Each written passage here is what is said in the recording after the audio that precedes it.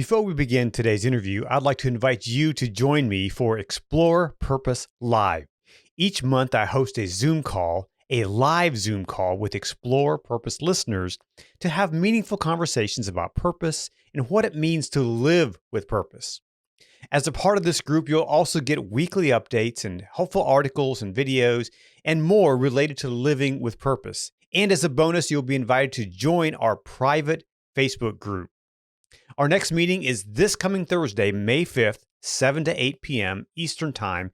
It's free, and I'd love to have you join me. Click on the link in the show notes below, and you'll be in.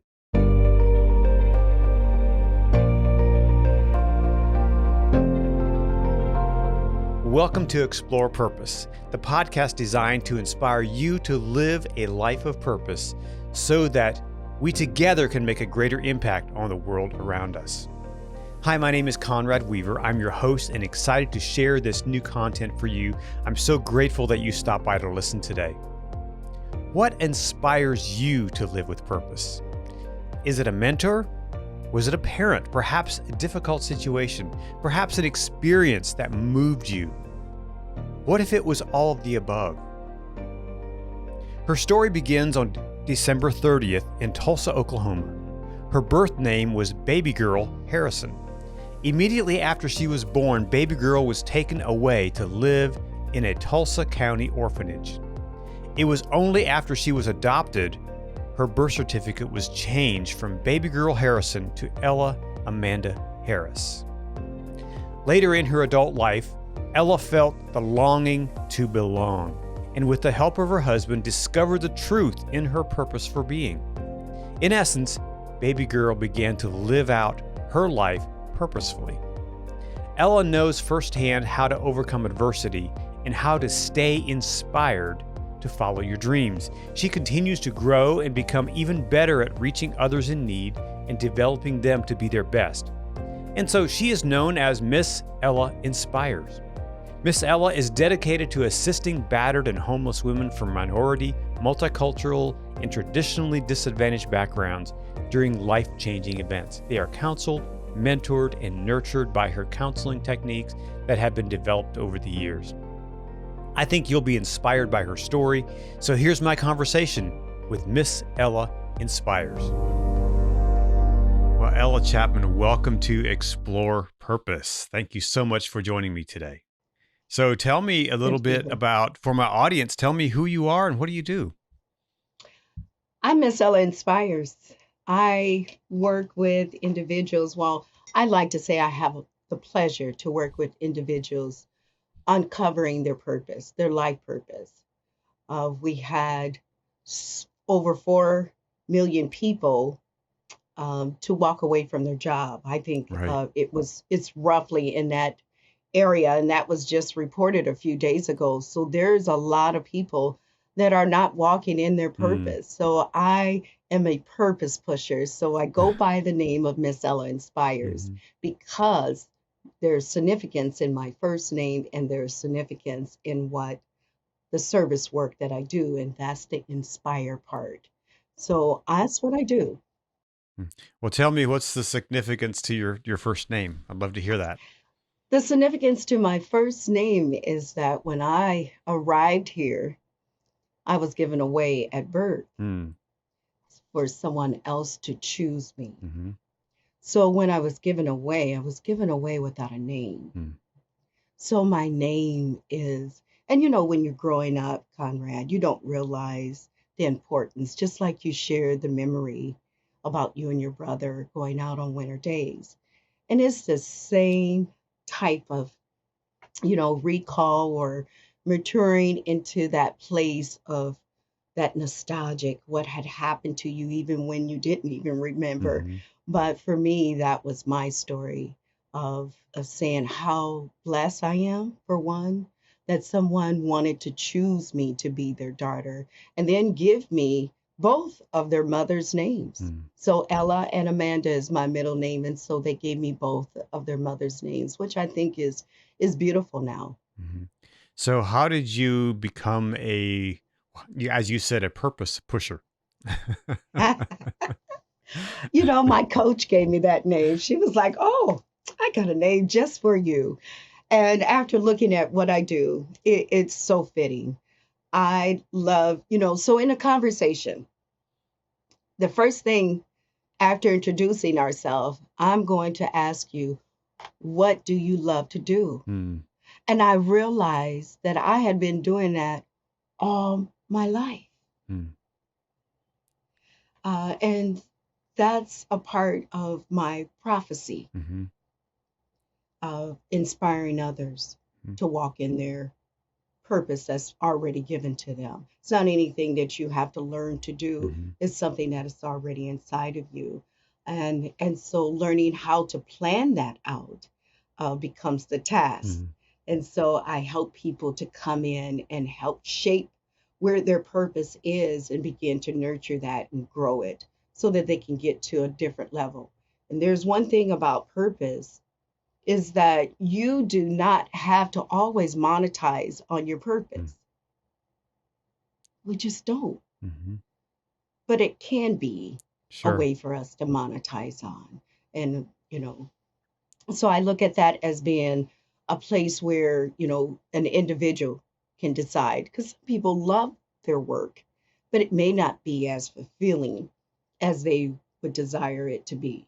So that's where you go into doing something volunteering so that you could love and feel that level of fulfillment Mm-hmm.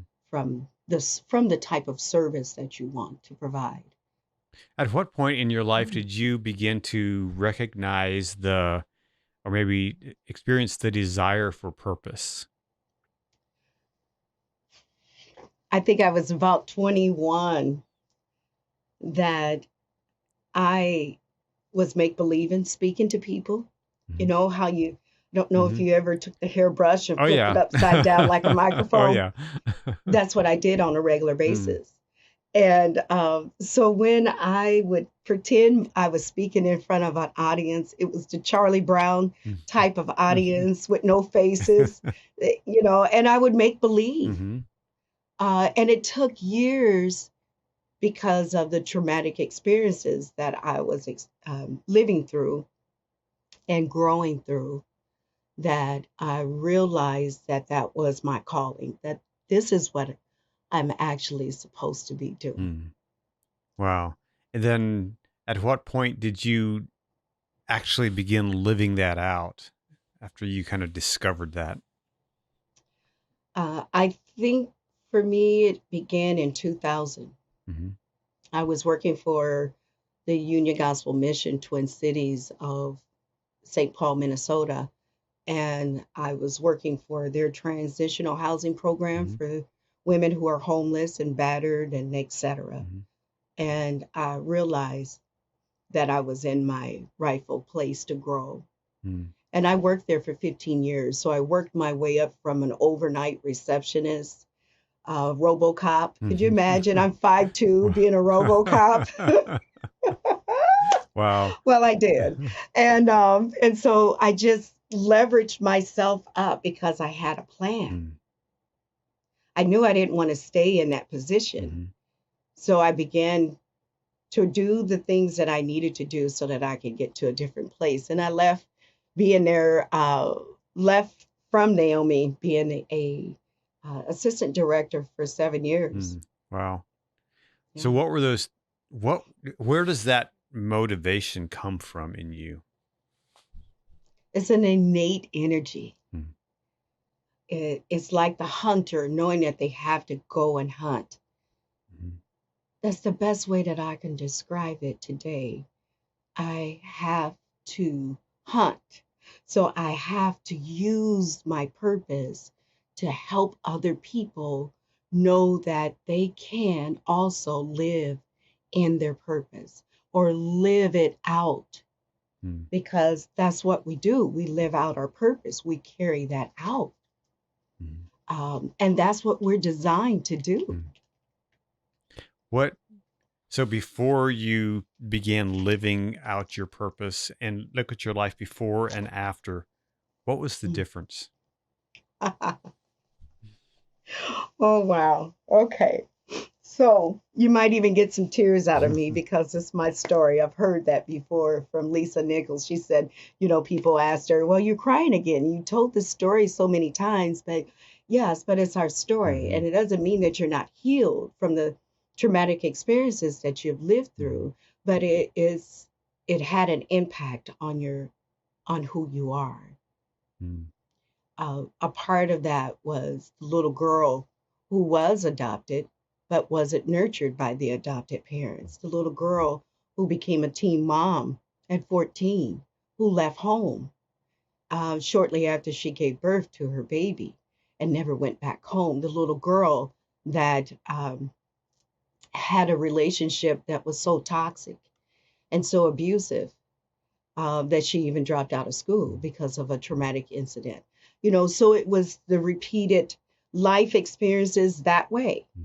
And I know for me, that's been a part of shaping me because that was the experience. Now, had I had a different experience, I still would have been shaped, and maybe not this way, or maybe I would have.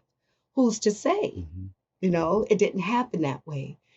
So those stories that we all have, our highs and lows, they really do help to build our character and our strength and who we are and what we're capable of doing. But I came from a different place than where I'm at today. So if someone looked at me today, they would go, "Oh my gosh, I bet you went to school, you finished school. Did you go to college? Did you, get married and have your children? Did you do all of those things?" And I would say, absolutely not. I dropped out in the 7th grade. It was a series of moments before I was in a place where life would look different for me. Who were those people who mentored you along the way? Oh, wow. I've had significant people that you don't have for all your seasons. They're there for different seasons in your life. Sure. My former neighbor, Miss Ella, her name was Ella too. And she molded me. She protected me, especially during domestic situations. Her and her family would cover me and my children. And that was something that I still can, the hairs can stand up on my arms over. Because for someone to put their own life and their family in harm, her and her husband both did. I call him Pops, by the way. They both did. They took a chance. They believed in God, and they knew that they needed to protect us.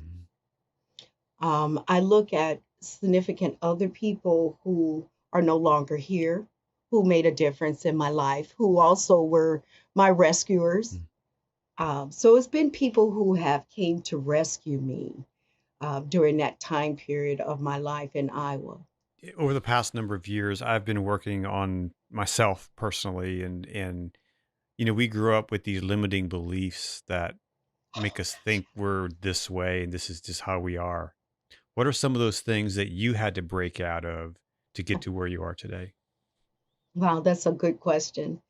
I'm an Adlerian graduate and of psychotherapy rather, and I truly believe in his principles when he says we've mistaken beliefs about our life and about how our parents have had to learn through their mistaken beliefs or not, but we learned what their mistaken beliefs were.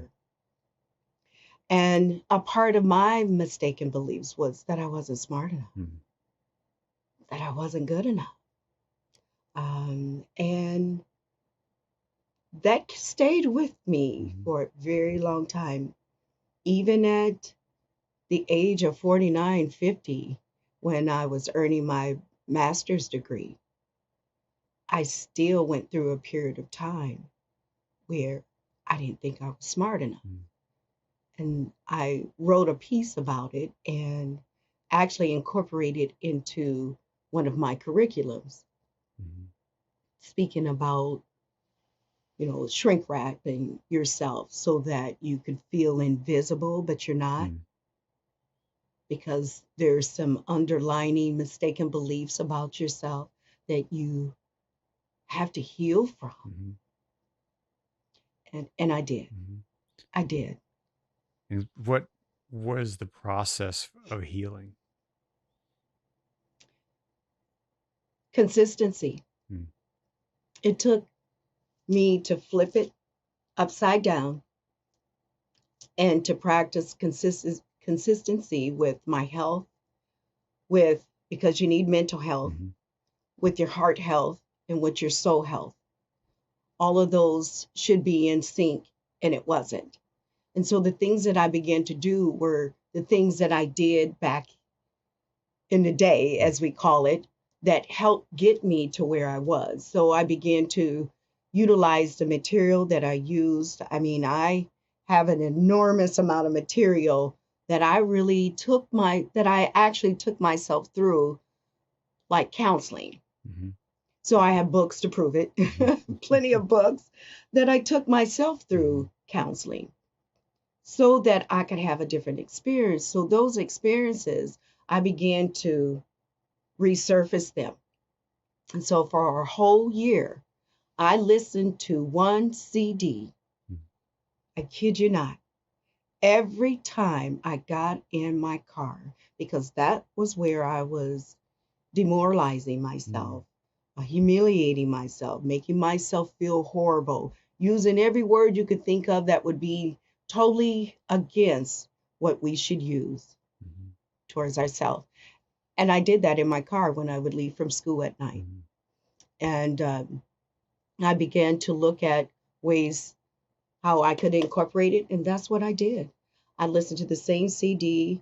I did my prayer meditation. I read. I did the nurturing piece to get me back to a place where I didn't have to self sabotage and condemn who I was, because that's where I was really heading towards the point of no Mhm. return, the deep dark hole, as Portia Nelson Mhm. describes. Have you heard of that No, I story? have not. Where when you're walking down the street and you see a hole, you fall in the hole, you don't realize how you got there. You end up getting out, you come down the same street again, you fall in the Mm. same hole, and you go, oh my gosh, how did I get here again? Well, we have to take accountability for what goes on in our own life. That's our free will. Mm. And when you're using your free will, you can show up better for your life. Mhm. Yeah. I, So, yeah, those are the things I did. Craig Rochelle, and on his leadership podcast, he talks about how our life moves in the direction of our strongest thoughts. Mm. Would you agree with that? Absolutely. Oh, absolutely. And so you were going Absolutely. down this path of every evening Hmm. getting in the car, you were thinking these negative thoughts about you and your education experience, and Hmm. so you were able to change those thoughts, right? To get you to where you Absolutely. wanted to go. I did. I did. And it was intentional. Mhm.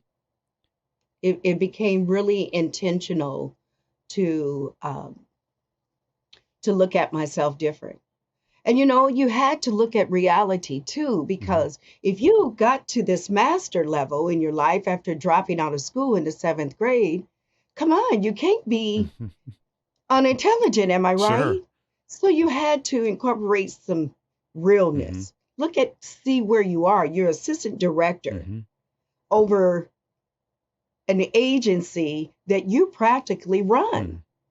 So there's no way that this is true. So that's where the mistaken beliefs come in, and you replace those mistaken beliefs with your actual truth today.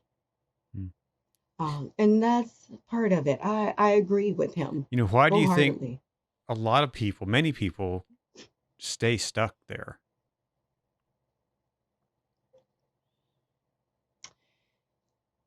Well, there's a lot of different reasons. I don't think there's a one answer to that question.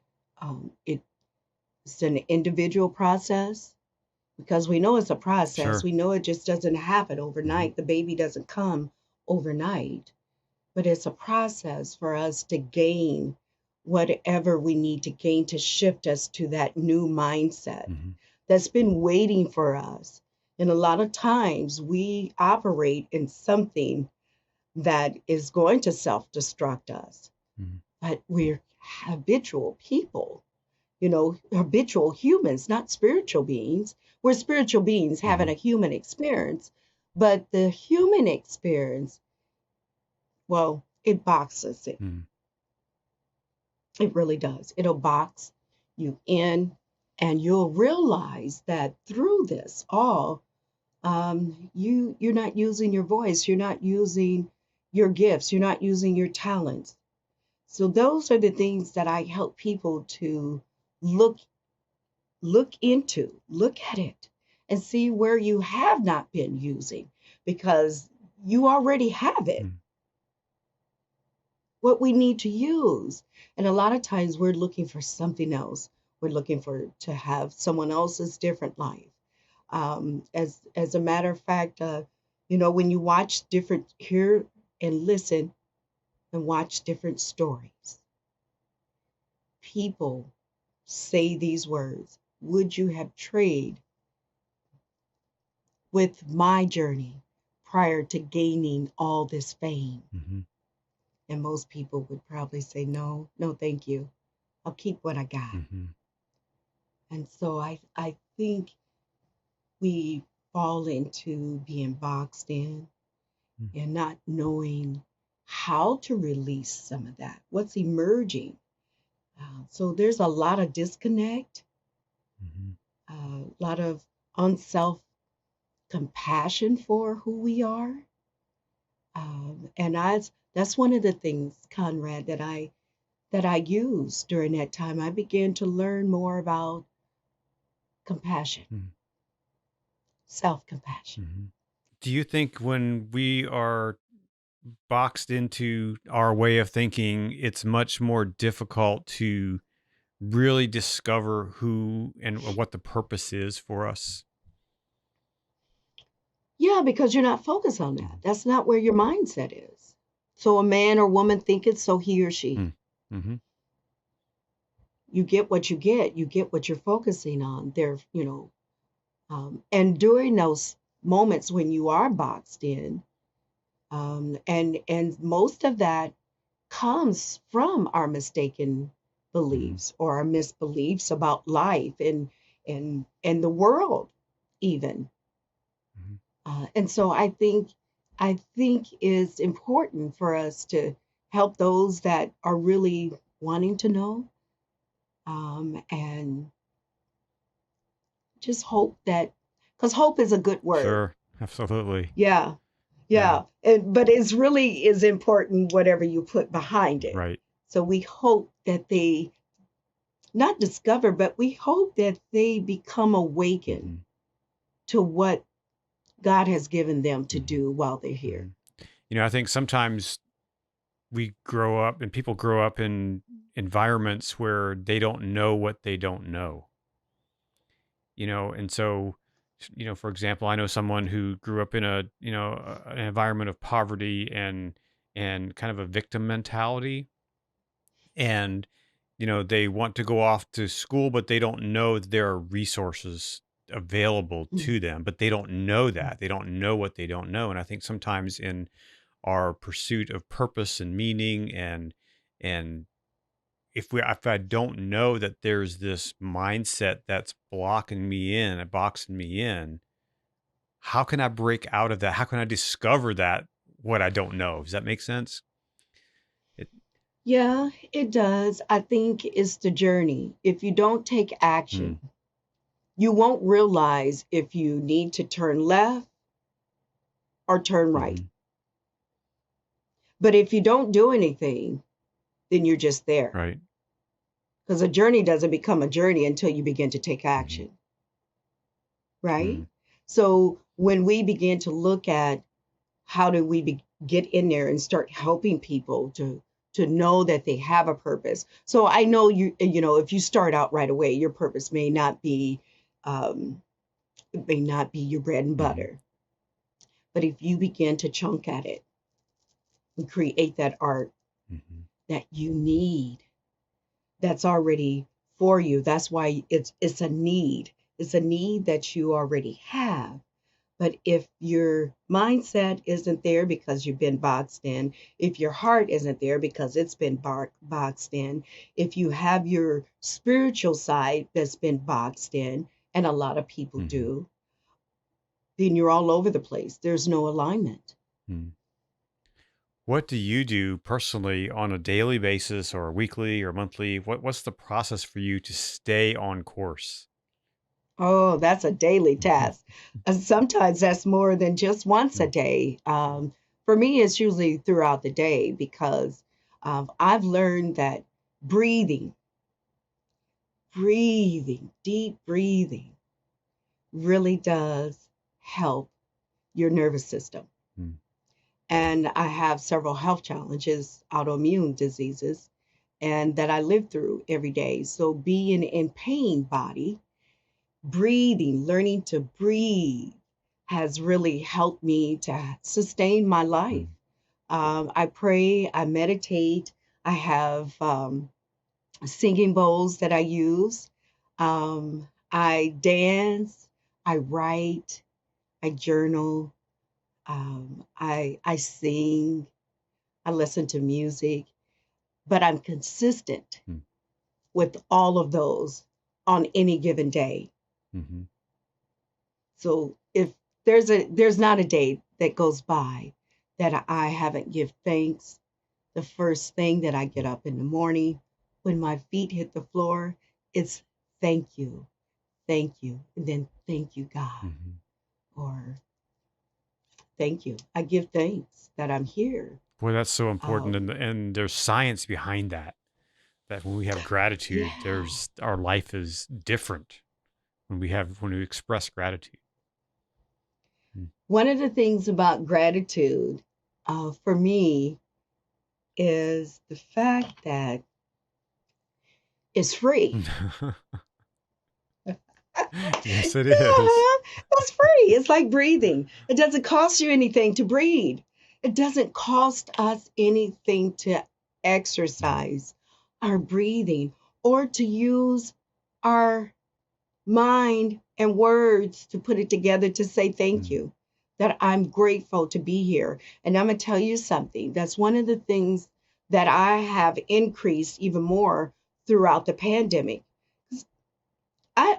I'm the winner here. I win. Not what's going on out in the world is not winning over me. I'm winning. I've been through enough. I know how to take what I've learned and change it up by giving gratitude and giving thanks to what is needed for me to have a good quality of life, because that's what it's about. Life is about having a good quality of life and the service that we give to other people. How does serving others affect our quality of life? In numerous ways. I mean, when you're walking in your purpose, that's fulfillment. Anything that brings joy into your life is a better quality for you. Anything that can take your energy and leverage it up to a higher vibration, that's also a way for us to look at, wow, this is where I'm supposed to be. But sometimes we get bombarded with the outside and things show up different for us. Yeah, I think sometimes our environment can tend to direct our day and our thought patterns. But if we have those habits of gratitude and we work on the breathing, like you said, and we work on the other things, we don't have to let those environments control our thoughts, control our day. That's right. That's right. And and knowing that that's key for anyone that's living through disorders, Mm-hmm. anyone that's living through cancer, whatever type of medical matter that might be going on in one's life, practicing gratitude and self-compassion towards yourself is very critical. Yeah. So who are you looking for as a client? Who do you work with? I work with predominantly Mm-hmm. women, women that are seeking to understand who they are. How do I know what's inside of me? I think I want to do this, but I'm not sure. I've always had a love to do this, but I don't know if it's going to give me the freedom that I need to walk away from my job. And I get in there and help you start right where you are to help you to figure that out. And I'm a certified life coach as well. So that is a piece that I definitely connect. And then I have the other psychotherapy and counseling piece that's combined. So those tools are all utilized one way or another, Yeah. Yeah. So those are the people that I think seek me Mm-hmm. out for coaching and to be a part of my coaching groups are people that are really wanting to know their clarity in the life that they're living in. And so when you seek out more clarity, you get Mm-hmm. that. And clarity helps us to plan better and it helps us to have a more precise direction where we're going, where we're heading. Do you know who you are? It reminds me of the Diana Ross's song. Do you know where you're going Mm-hmm. to? Do you know the places, you know, that are trying to find you? Do you know? Do you know what you're trying to discover in your life? So walking people through those steps is what I love to do. And so people that are looking to reposition themselves in life, people, you can already know your purpose, but how do I begin to walk in it? How do I learn to breathe in it? I have a thing where you can wake up and smell your purpose every day. And because that's the fruit that's inside of you. Mm-hmm. And I think those are things I have so much compassion for what I do on a day to day basis that it brings me so much joy. And I think that's a part of my healing. Mm-hmm. That I'm walking in something that I love to do, but it's inspiring others to walk in their calling as well. And then that's going to bring a better quality of health for Mm-hmm. me because it's not stressful. That's awesome. I Well, of mean, course, sometimes, you have of those course. moments of learning new things, but that's Mm-hmm. the ebb and flow of Mm-hmm. life. So yeah, So how would you say that what you do is the same or different than who you are? it's the same. It's the same. Mm-hmm. Yeah, it's the same. And I've answered that question to myself before. So I really like that question. It's the same, Conrad, for me. Um, it, Because you're we're not walking in your separated from who purpose, we right? are. That's right. Yeah, Know thyself. sure.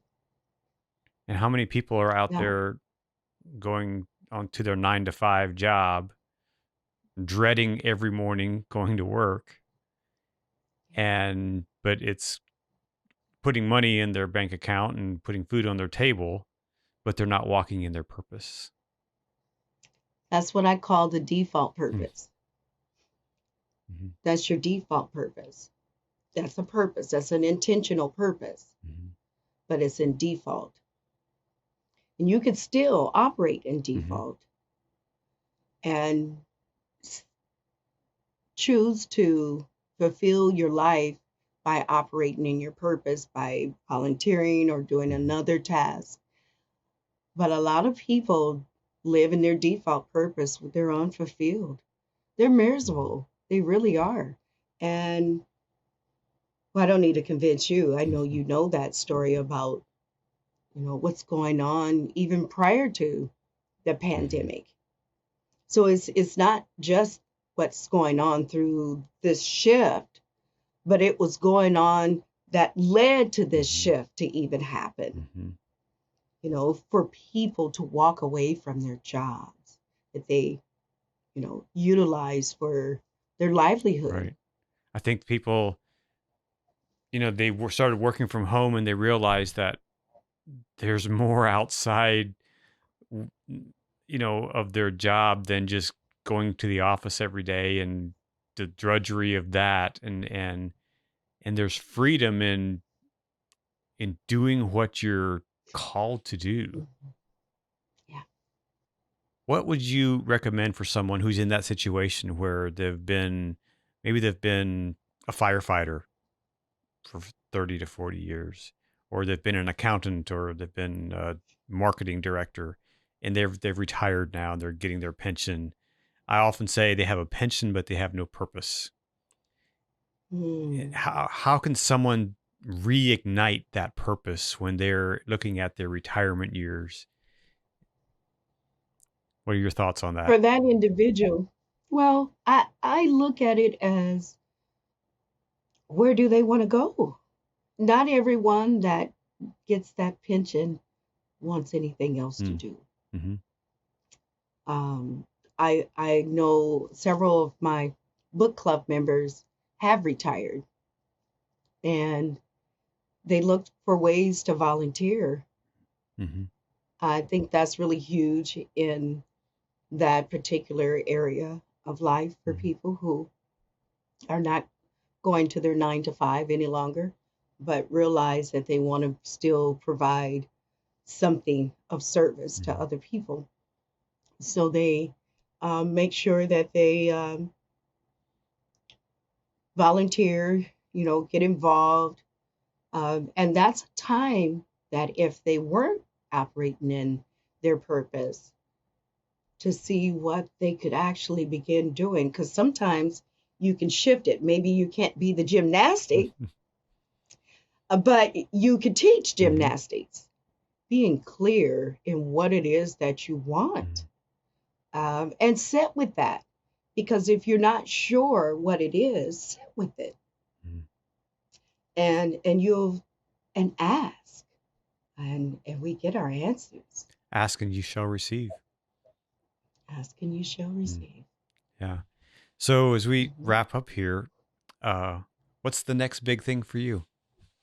I hope many things are heading my way. As my husband says, there's always better. Everything turns out better than what you expect, and there's always better on the way. And so there's better on the way for Miss Ella Inspires. It'd be nice to see that book completed, sure. Conrad. Absolutely. Yeah. I think that would be a great way to end the year, is to physically touch that book. Yeah. So that would be a big thing for Miss Ella Inspires. Sure. So finally, what's one thing that's a practical thing that someone can do if they are in that place in their life where they are looking for their purpose? I say write it out. Write out the things that you love to do, because usually we have, 5 to 10 to 20 different things that we really love to do. Because I've seen them, this long list of things. Well, start chunking it down to where it's more manageable, and then chunk it down some more once you set with it and you really start honing in to see what would you really want to make priority in your life as a purpose, as your life purpose, as your calling, as your service. And then chunk it down again once you realize that I don't think I could do that one. I wouldn't want to be a cook. Oh, but I enjoy cooking, or I enjoy doing hair, but I don't want to stand on my feet all day. Maybe I could help people learn to read. Oh, I could do that. So you start researching, looking for the things that you'll need to do so that you can begin to operate. Community colleges, places like that. I'm just using that as an example for someone that might be wondering, what could I actually begin doing? And you got to start small. So get rid of the long list, chunk it down to 1 to 3 things, and then begin going from there. What really sparks you? What sets you on fire? What ignites your soul? That's what you aim at. Yeah. That's great.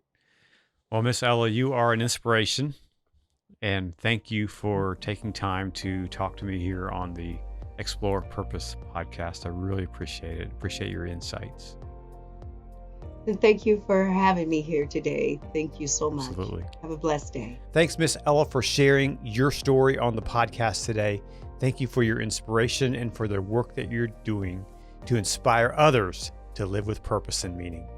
Hey, if you enjoyed today's podcast, please subscribe and leave a review and a 5-star rating on Apple Podcasts. I love 5-star ratings. And I'd love to hear what you thought about the show and how you are living out your purpose. And be sure to follow us on all the socials. Check out the links in the show notes. And until next time, go out and make an impact by living life with purpose.